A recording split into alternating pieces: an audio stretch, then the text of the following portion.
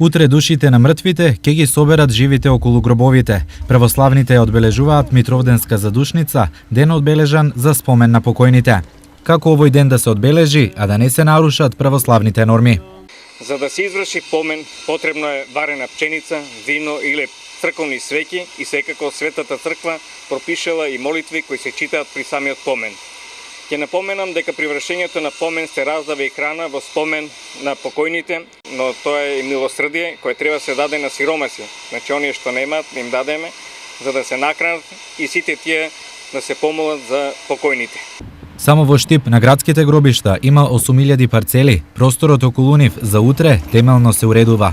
Бидејќи овие ептен беа запустени, еве сега и тука правиме еден мал дел тука со цвеќиња, жардинери. Дополнително се градат патеки и во стариот дел на гробиштата.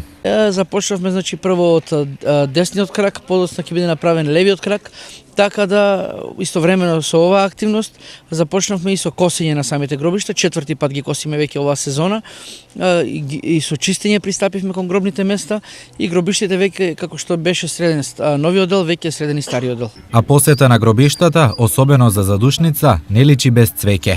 Најчесто за задушница најбарано цвеќе е хризантемата, бидејќи таа е и најтрајна и сега е сезоната. Задушница е празник кој во тагата обединува илјадници жители на истокот, но во исто време ги обединува и во надежта за бесмртноста на нашите души и во верата во Божјата милост после смртта.